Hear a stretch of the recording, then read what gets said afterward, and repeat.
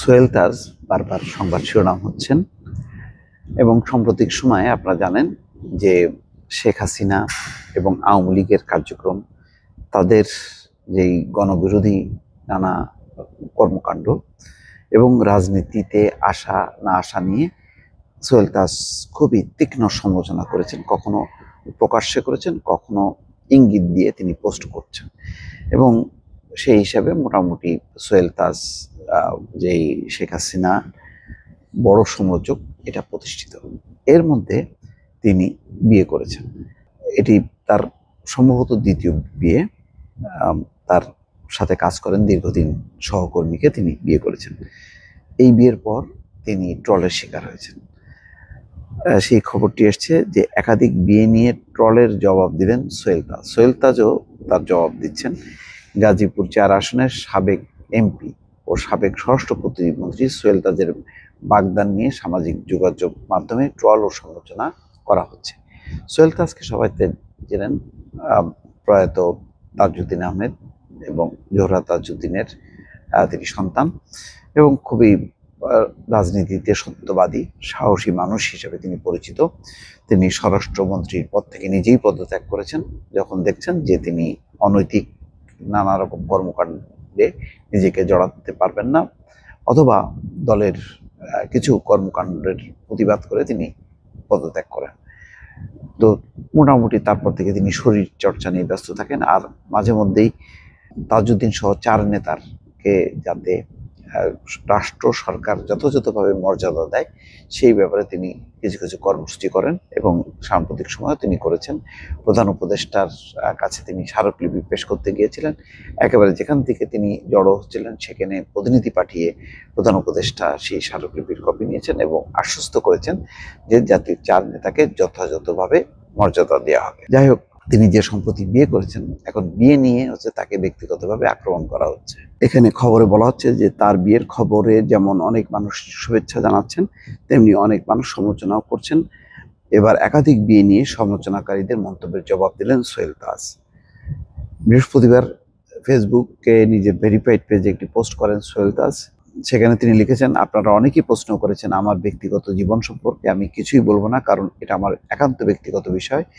2টি comment share করলাম, তা থেকে আপনারা বুঝে নিন কোনটা সঠিক কোনটা বেঠিক। এখানে বলা হচ্ছে, দৃষ্টি আকর্ষণ: গণহত্যা, গুম, খুন, নির্যাতন, নিপীড়নকারী, দুর্নীতিবাজ, গণতন্ত্র হত্যাকারী, চোর, মাফিয়াদের সমর্থনকারী, ব্রেন ওয়াশড নব্য কাওয়া বডি লীগের চামচাদের দৃষ্টি আকর্ষণ করছে। নীতি আদর্শ বিচ্যুত খারাপ মানুষের প্রশংসা আমার প্রয়োজন নেই, আমি আপনাদেরকে চিনি। বিশেষ দ্রষ্টব্য: আওয়ামী লীগের ব্রেইন ওয়াশ, নষ্ট পচা নীতি, আদর্শ বিচ্যুত লুটেরা, খুনি, হত্যা, গুম, নির্যাতনকারীদের সমর্থক সকলকে বলবো অনতিবিলম্বে আমার ফেসবুক পেজটি আনফলো করতে। আর অনুরোধ থাকবে নিজের বিবেককে জাগিয়ে আত্মোপলব্ধি, আত্মসমালোচনা করে অনুশোচনা করার। এই পোস্টের সঙ্গে তিনি বলছেন যে 2টি স্ক্রিনশট যুক্ত করেন, যা তার বিয়ের সংখ্যা নিয়ে চলমান বিতর্ককে জাস্টিফাই করার প্রয়াস বলে ধারণা করা হচ্ছে।